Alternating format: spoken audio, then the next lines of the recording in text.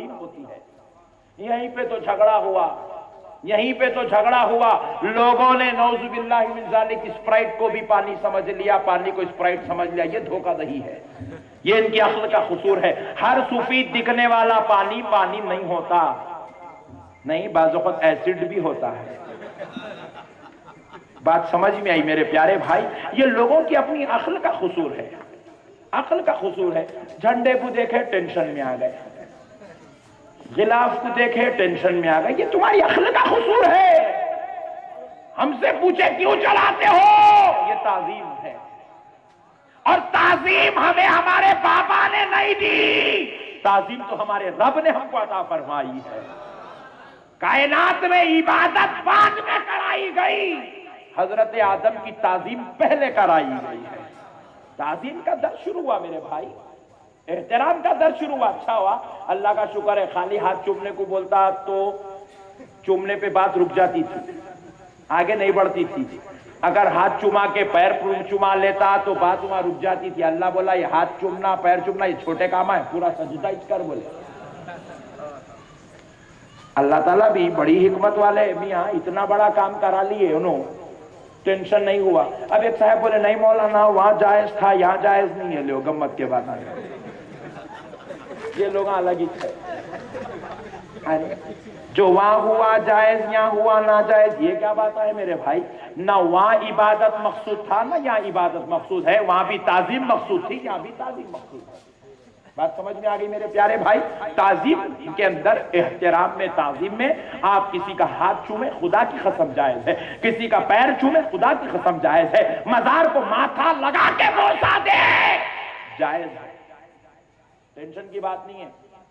میں بہت فرینک بول رہا ہوں، آپ نہیں بولتا، لائٹ لیجئے، یہ جاہلوں کا کیا سوچنا ہے کیا کہنا ہے۔ بہرحال پیارے دوستو، اب ذرا غور کیجئے گا تو وہ مردود کر دیا گیا، جنت سے نکال دیا گیا، کیونکہ وہ اللہ کے محبوب کی تعظیم کرنے سے پھر گیا، اکڑ گیا، غرور کا اظہار کرنے لگا، بولے مولا میں ان کی تعظیم نہیں کروں گا، تو اللہ بولے تعظیم نہیں کرے گا تو نکل جا، کیونکہ ہم نے جنت تعظیم والوں کے لیے بنائی ہے، احترام والوں کے لیے بنائی ہے۔ نہیں، اب ذرا سوچو، ہمارے علماء جو بولتے ہیں کہ یہ تعظیم نہیں کرنے والے بے ادب لوگ جنت میں نہیں جائیں گے، نہیں جائیں گے، اور کیوں نہیں جائیں گے؟ یہ بات سنو، اس لیے نہیں جائیں گے کیونکہ جنت میں اب رسول اللہ بھی ہوں گے، مولا کائنات بھی ہوں گے، سرکار غوث پاک بھی ہوں گے، پوری آل مصطفیٰ ہوں گی، پوری اولیاء اللہ ہوں گے، پورے علماء ہوں گے، پورے صلحاء ہوں گے، انہیں یہاں تعظیم نہیں کرا، وہاں پورے ہیں، اب انہیں جائیں گا تو کیا کریں گا؟ نہیں بھائی، اب جائیں گا تو کیا کریں؟ اب یہاں پہ پوری فاتحہ کی عودانوں کی بات ہے، انہیں آئیں گا تو کیا کریں گا؟ نہیں، جہاں پر ویجیٹیرینز ہوتے ہیں، نان ویجیٹیرین آ کے کیا کرے گا؟ بات سمجھ میں آ گئی میرے پیارے بھائی؟ نہیں، جہاں پر ماشاءاللہ پورے الحمدللہ اللہ کے محبوب اور پیارے چہیتے رہتے ہو، جس کا نام اللہ نے جنت رکھا ہو، چاہے 1,24,000 پیغمبر بھی ہوں گے، جہاں اولیاء اللہ بھی ہوں گے، جہاں علماء بھی ہوں گے، جہاں صلحاء ہوں گے، اور ایک ولی کا ہاتھ چومنے والا ہوگا، عالم کا ہاتھ چومنے والا ہوگا، نبی کا ہاتھ چومنے والا ہوگا، ایک دوسرے کی تعظیم چل رہی ہوگی، چھوٹا بڑوں کا ادب کرے گا، بڑا اپنے بڑے کا ادب کرے گا، سارے مل کر خدا کا دیدار کر رہے ہوگے، تو یہ بے ادب کیا کرے گا؟ اس لیے رب نے ڈکلیئر کر دیا، مردود تو نکل جا، تاکہ سب کو پتا چل جائے تعظیم جو نہیں کرتا اس کو جنت میں رکھا ہی نہیں جاتا۔ نعرہ تکبیر، نعرہ رسالت، نعرہ رسالت، علماء اہل سنت، علامہ احمد نقشبندی صاحب قبلہ۔ اور ایک بات بتاؤں، جنت جب پہلے تھی، آدم علیہ السلام نماز وہاں پڑھے تھے یہاں پڑھے؟ یہاں پڑھے، نماز یہاں ہوئی آدم علیہ السلام کی، توبہ یہاں شروع ہوئی، توبہ وہاں کرے کیا؟ زکوٰۃ وہاں دیے، صدقہ وہاں کرے، خیرات وہاں کرے، سب یہاں۔ بہت بڑی بات سمجھا رہا ہوں، بہت بڑی بات۔ اب ایک بات سن لو، جب ہم جنت میں جائیں گے تو ہم کیا کریں گے؟ اگر آپ میں سے کوئی بولے مول صاحب نماز پڑھیں گے تو میں پوچھوں گا کون سی مسجد میں پڑھیں گے؟ نہ وہاں مکہ مسجد ہے نہ مدینہ مسجد ہے. بہت بڑی بات سمجھا رہا ہوں. جنت میں مسجد نہیں ہے، جنت میں کعبہ بھی نہیں ہے، مسجد حرام بھی نہیں ہے، جنت میں بیت المقدس بھی نہیں ہے. یہ سب دنیا کے گھر ہے، دنیا میں فنا ہو جائیں گے. مگر پیارے بزرگ اور دوستو، جنت میں کوئی مسجد آج تک ہم نے نہ کوئی حدیث میں پڑھی ہے، نہ کوئی تفسیر میں پڑھی ہے، نہ کوئی اور کتاب میں پڑھی ہے کہ جنت میں مسجد ہوں گی. خطیب صاحب خطبہ دیں گے، مؤذن صاحب اذان دیں گے، عصر کے بعد درود شریف کی مجلس سجیں گی، پھر اس کے بعد انہوں کتاب لے کے آئیں گے. یہ پورے باتیں کہیں بھی نہیں ہے، یہ بات ہی نہیں ہے. مگر خدا کی قسم میں جو پڑھا وہ سمجھا رہا ہوں. میرے علم کے مطابق سنو کہ پیارے دوستو، جنت میں مسجد نہیں ہے، جنت میں کعبہ نہیں ہے، جنت میں صدقہ زکات آپ کس کو دیں گے؟ نو تیر سے بڑھ کے میرے پاس ارے بھائی جا بولیں گا.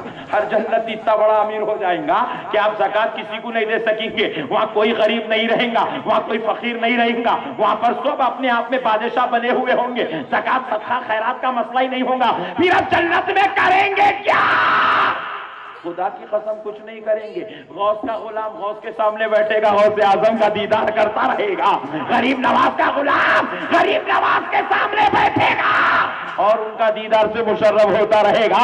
اجی رسول اللہ کا امتی میرے آقا کی خدمت کرتا رہے گا، میرے آقا کی خدمت کرتا رہے گا. اور پھر کیا کرے گا؟ سوچو. یہاں دیکھو جیسا 11ویں چل رہی، 12ویں چل رہی، چھٹی کا کھانا. چھٹی بولے تو وہ چھٹی نہیں ہے، غریب نواز کی چھٹی، غریب نواز کی چھٹی کا کھانا یہاں چل رہا ہے. پیارے دوستو، یہاں پر اولیاء اللہ کی فاتحہ چل رہی ہے، یہاں پر زیارتیں چل رہے ہیں، یہاں پر مقدس عبادات ہو رہی ہے. پیارے دوستو، یہاں کھانا کھایا جا رہا ہے. جنت میں کیا ہوگا؟ کسی مسجد میں نماز تو نہیں ہوگی، مگر غوث و خواجہ کا غلام کہیں میوہ کھا رہا ہوگا، کہیں شہد پی رہا ہوگا، کہیں کچھ کھانا کھا رہا ہوگا، کہیں جنت کی نعمتیں کھا رہا ہوگا. اور سنو، اتنی حدیثیں آئی ہے جنت میں اگر کوئی پھل کروڑوں میل دور نظر آئے اور یہاں ٹھہر کر اگر جنتی ارادہ کر لے میں وہ پھل کھاؤں گا، ارادہ ختم ہونے سے پہلے وہاں پہنچا دیا جائے گا. یہ کھانے کا سسٹم اس لیے شروع ہوا 11ویں میں، یہاں بھی کھاؤ وہاں بھی کھانا ہے.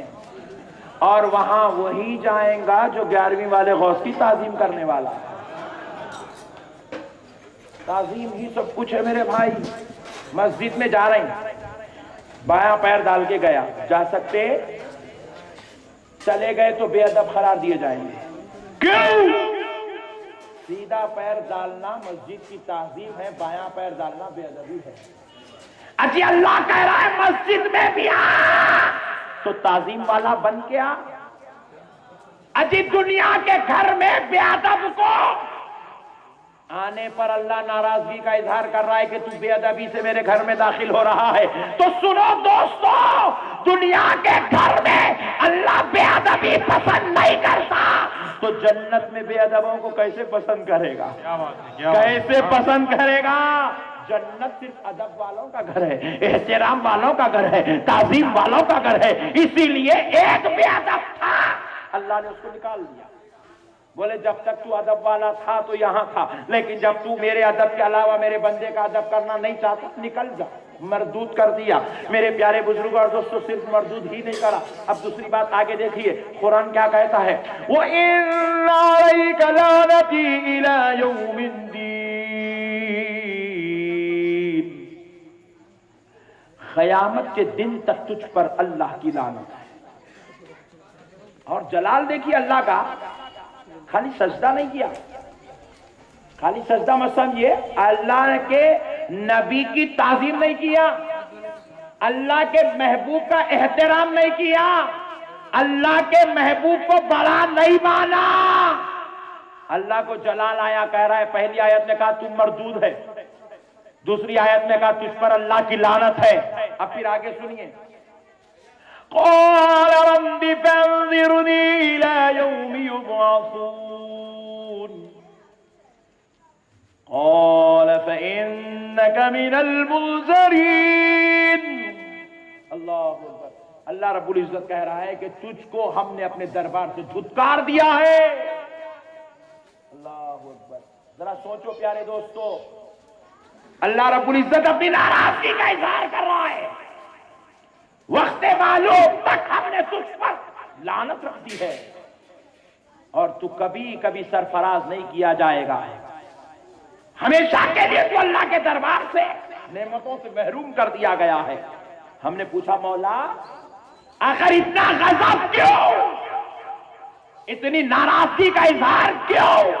جنت سے نکال دیا کافی تھا، مردود بھی کہہ رہے ہو، لعنتیں بھی کہہ رہے ہو، مولا اتنا غضب کیوں؟ تو رب نے جواب دیا سنو، اس لیے کوئی اگر ہمیں خدا چھوڑ کر کسی اور کو خدا بنا لے ہم برداشت کر سکتے ہیں، اسی لیے خالی قل یا ایھا الکافرون، مردود نہیں بول رہے ہیں، کافرون بول رہے ہیں، کافروں کو کافر۔ بات غور کرو دوستو، کافروں کو صرف کافر کہا جا رہا ہے، بولے جو ہم کو نہ مانے ہم اسے کافر ہی کہیں گے، مگر جو ہمارے محبوبوں کی تعظیم کا انکار کر دے، ہمارے جلال کو دیکھو، ہم اسے مردود بھی کہہ رہے ہیں، جنت سے بھی نکال رہے ہیں، اور قیامت کے دن تک اس پر لعنت برساتے چلے جائیں گے، اسے لعنت ہی کہہ رہے ہیں۔ اللہ کا غیظ و غضب تو دیکھو، کیونکہ پیارے دوستو یہ غیظ و غضب کس وجہ سے ذرا دیکھ لیجئے، گھر میں دو بیٹے ہیں، ماں ہے، میں غیظ و غضب کی وجہ بتا رہا ہوں آپ کو، گھر میں دو بیٹے ہیں اور ماں ہے،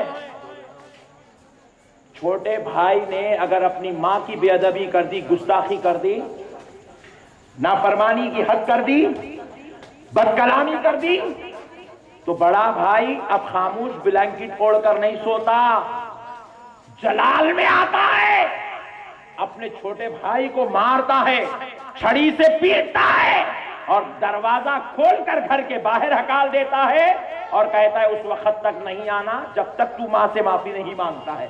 پیارے دوستو ذرا غور کرو، حالانکہ چھوٹا جو بھائی ہے وہ اپنے بڑے بھائی کو گالی نہیں دیا، بڑے بھائی کو برا نہیں بولا، بڑے بھائی کے ساتھ بد اخلاقی بدتمیزی نہیں کیا، ماں کے ساتھ کیا، لیکن بڑے بھائی کو غصہ کیوں آیا جبکہ اس کے ساتھ تو اس نے کوئی گستاخی نہیں کی؟ تو بڑے بھائی سے پوچھا گیا کہ تیرے بھائی نے تو تجھے برا نہ کہا، تجھے غصہ کیوں آیا؟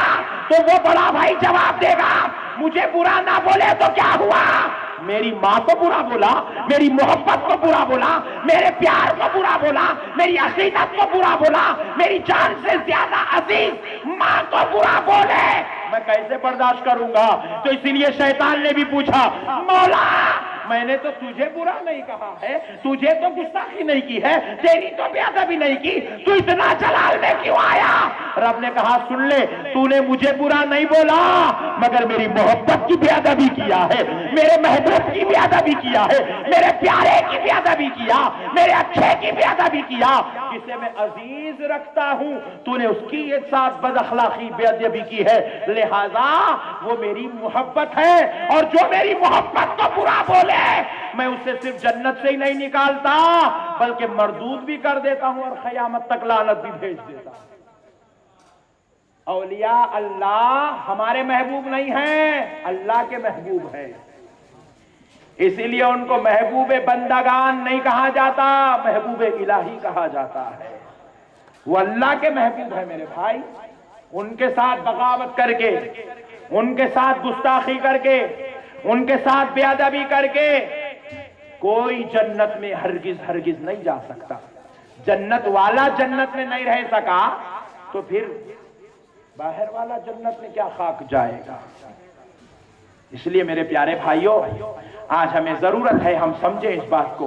پھر اس کے بعد دیکھیے کیا ہوا، شیطان یہ ساری چیزیں دیکھ لے کے اس کے بعد جو ہے باہر آیا، قال فإنك من المنذرین،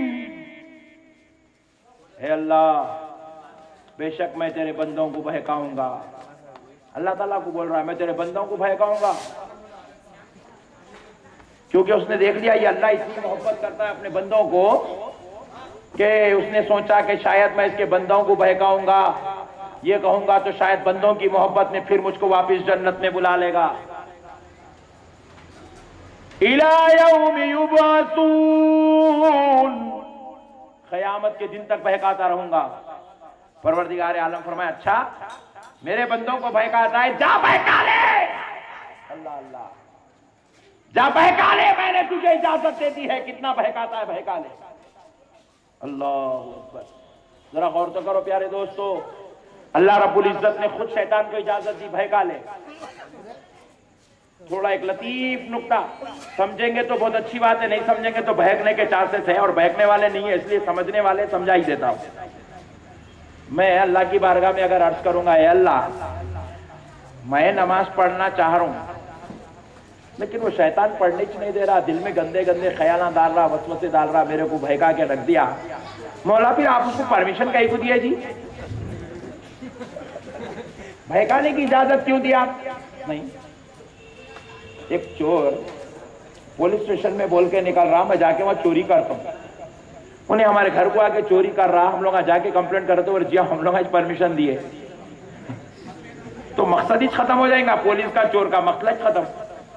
انہیں بول رہا میں تیرے بندوں کو بہکاؤں گا، اور اللہ تعالیٰ بول رہے ہیں جا تجھے اجازت دی جاتی ہے بہکانے کی، بہکا لے، گمراہی کی طرف لے جانا چاہتا ہے لے جا۔ میں قرآن سے سمجھا رہا ہوں اولیاء اللہ کے پیدا ہونے کا کانسیپٹ کیا ہے، اولیاء اللہ کو کیوں پیدا کیا گیا، بات سمجھو دوستو، قرآن سمجھا رہا ہوں۔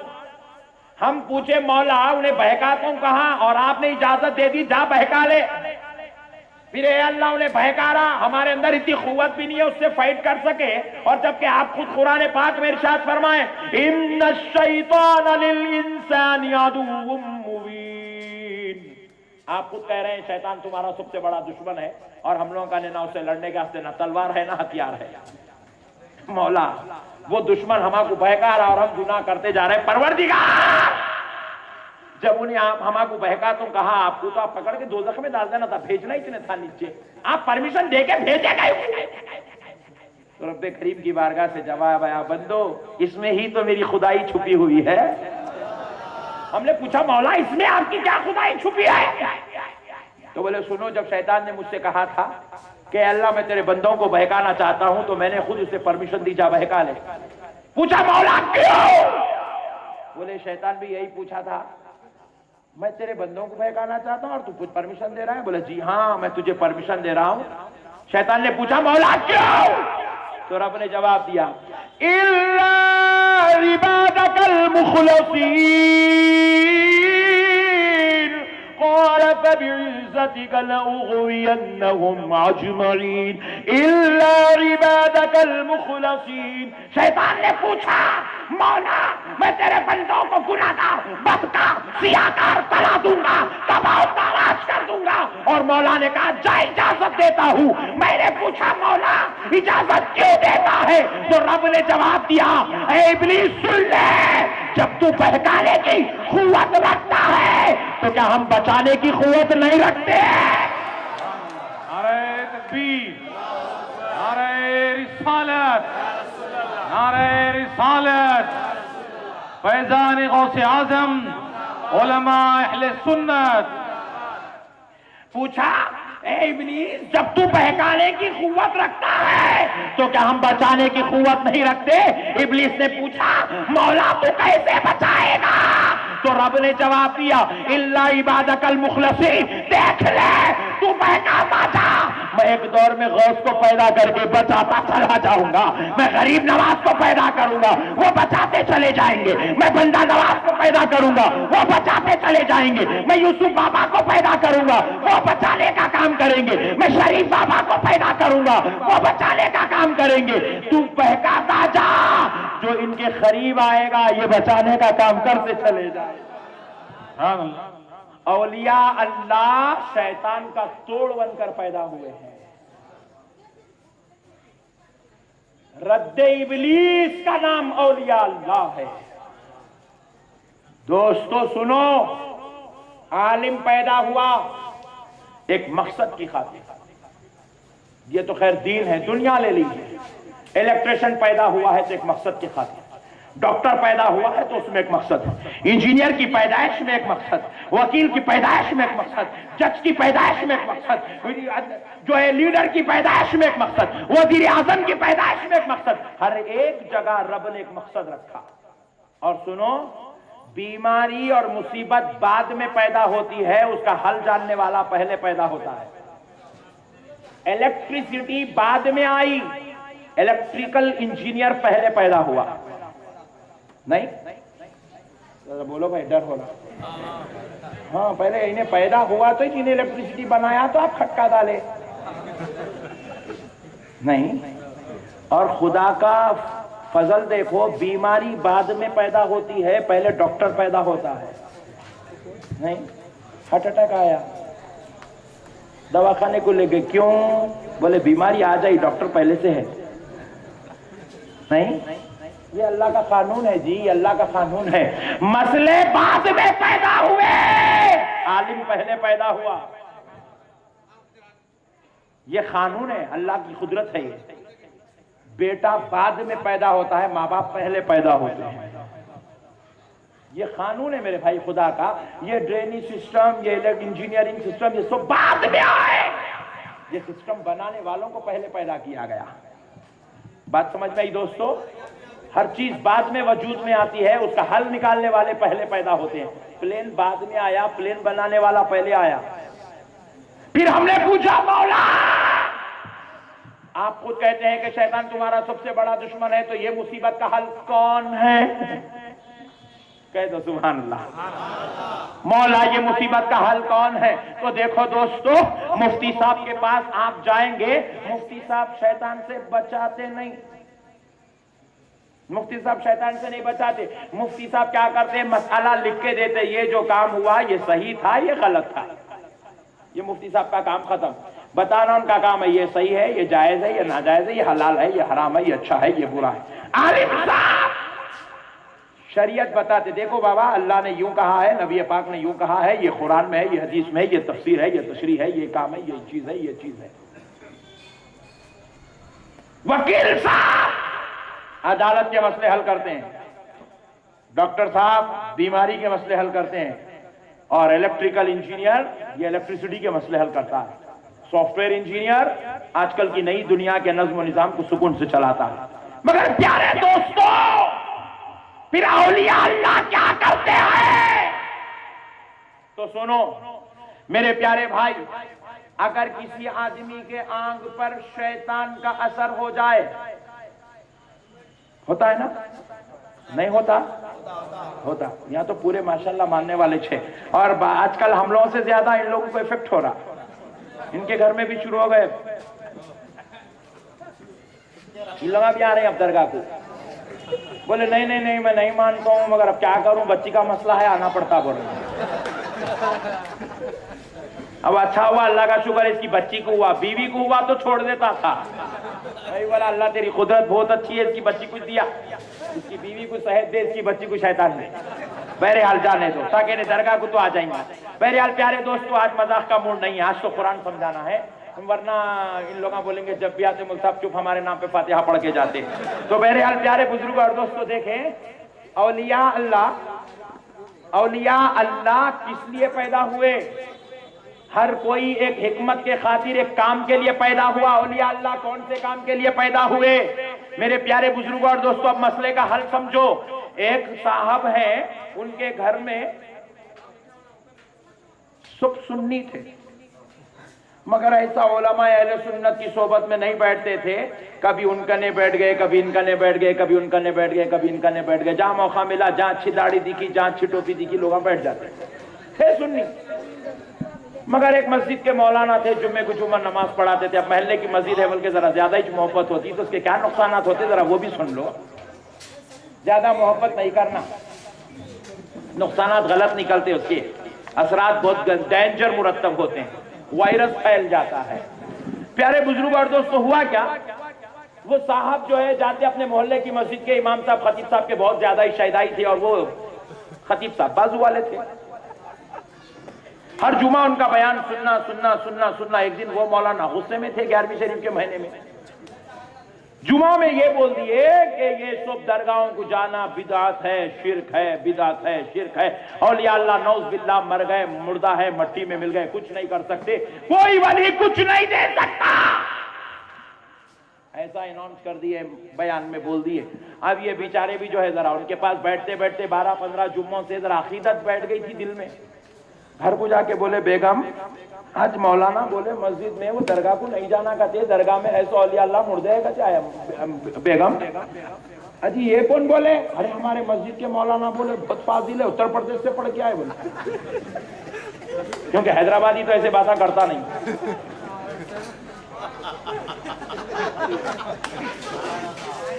اچھا دکھا, ایک نعرہ لگاؤ جی.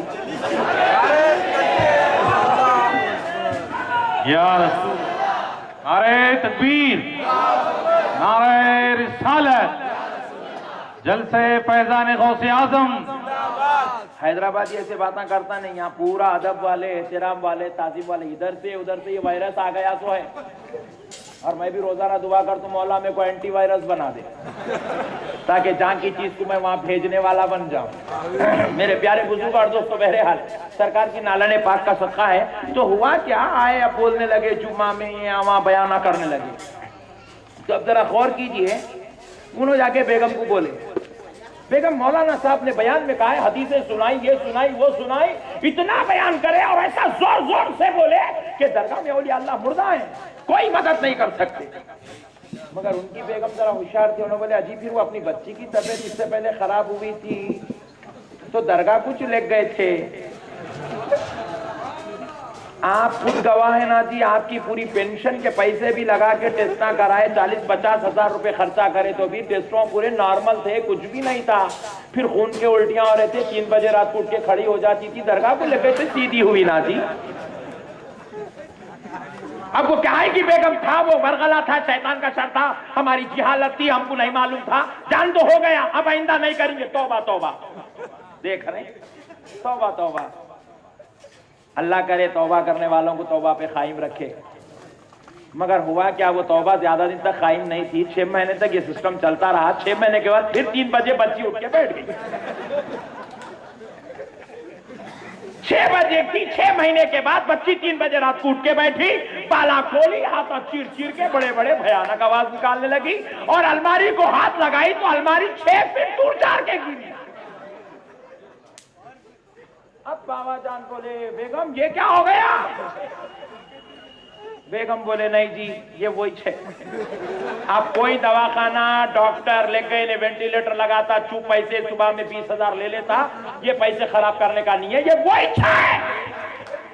تو بولے بیگم مولانا صاحب بولے نا درگاہ میں سب مردے ہیں, درگاہ میں سب مردے ہیں, درگاہ میں کچھ نہیں ہوتا, اولیاء اللہ کچھ نہیں کرتے, اولیاء اللہ کچھ نہیں کرتے. بیگم میں تو نہیں جاؤں گا درگاہ کو, چاہے کچھ بھی ہو جائے, میں مولانا پہ ایمان لایا, میں درگاہ کو نہیں جاؤں گا.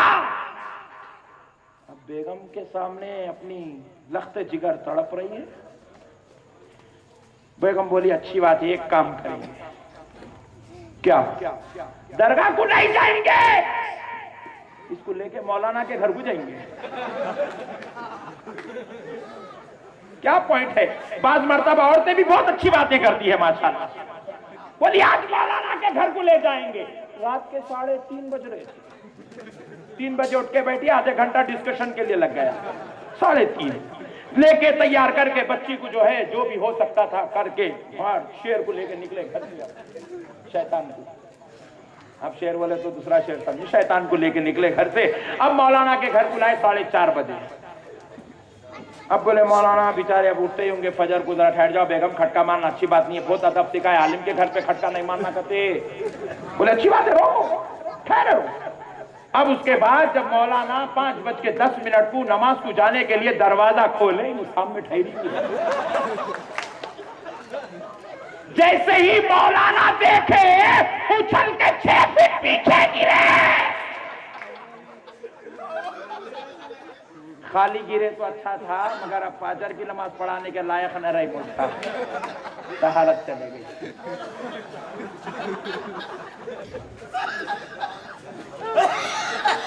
اولیاء اللہ کا نے نہیں جانا تو مول صاحب تمہارے پاس نہ علاج کرو نا. خالی بیٹھ کے حماقت کے باتیں کر لینا, اولیاء اللہ سے غداری کرنا, دشمنی کرنا بڑی آسان بات ہے میرے بھائی.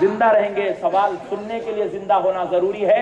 آپ جواب دیں گے, اپنی زبان کھول کے جواب دیں گے تو آپ جب زندہ رہیں گے مردہ رہیں گے. مولانا نے جواب دیا میں زندہ رہوں گا. میں نے کہا تجھ جیسا بدکار گناہگار خطاکار زندہ ہو سکتا ہے تو غوث و خواجہ زندہ ہو جائے, کیا تعجب کی بات ہے. نعرہ تکبیر, نعرہ رسالت, فیضان غوث اعظم. سمجھو میرے پیارے بھائی, یہ مردہ ہونے کا آیا کہاں سے مسئلہ مجھے آج تک سمجھ میں نہیں آیا. میں آج آپ کو ڈیپ لے جاؤں گا, آج پورے مسئلے ختم کر دیتے یہ مسئلے میں. پیارے دوستو, اب یہ دوسرا مسئلہ ختم ہوا, اب تیسرا مسئلہ سنیے. تیسری بات سنیے کہ اگر میں یہ کہہ دوں کہ ہر کوئی خبر میں مردہ ہے, نعوذ باللہ, اگر میں یہ کہہ دوں نعوذ باللہ کہ خبر میں لوگ مردہ رہتے ہیں, تو سنو کتنا بڑا فتنہ مچے گا. اگر خبر میں مردہ ہیں تو پھر ہم کو گناہوں سے بچنے کی ضرورت کیا ہے؟ نہیں, کیونکہ ہم گناہ کرنے سے آج رکے ہوئے ہیں, بچے ہوئے ہیں. اسی لیے بچے ہوئے ہیں کہ کل خبر میں پٹائی ہونے والی ہے, عذاب ہونے والا ہے, مارا جائے گا, پیٹا جائے گا, تکلیف دی جائے گی, اس لیے ہم گناہ سے بچے ہوئے ہیں. ورنہ اگر یہ کانسیپٹ ہی ختم کر دیا جائے, خبر میں سب مردہ ہیں زندہ کوئی نہیں ہے, یہ کانسیپٹ ہی اگر ختم کر دیا جائے اور مردہ ہونے کی بات پھیلا دی جائے تو پھر بتاؤ گناہ سے رکنے کی کیا بات ہے؟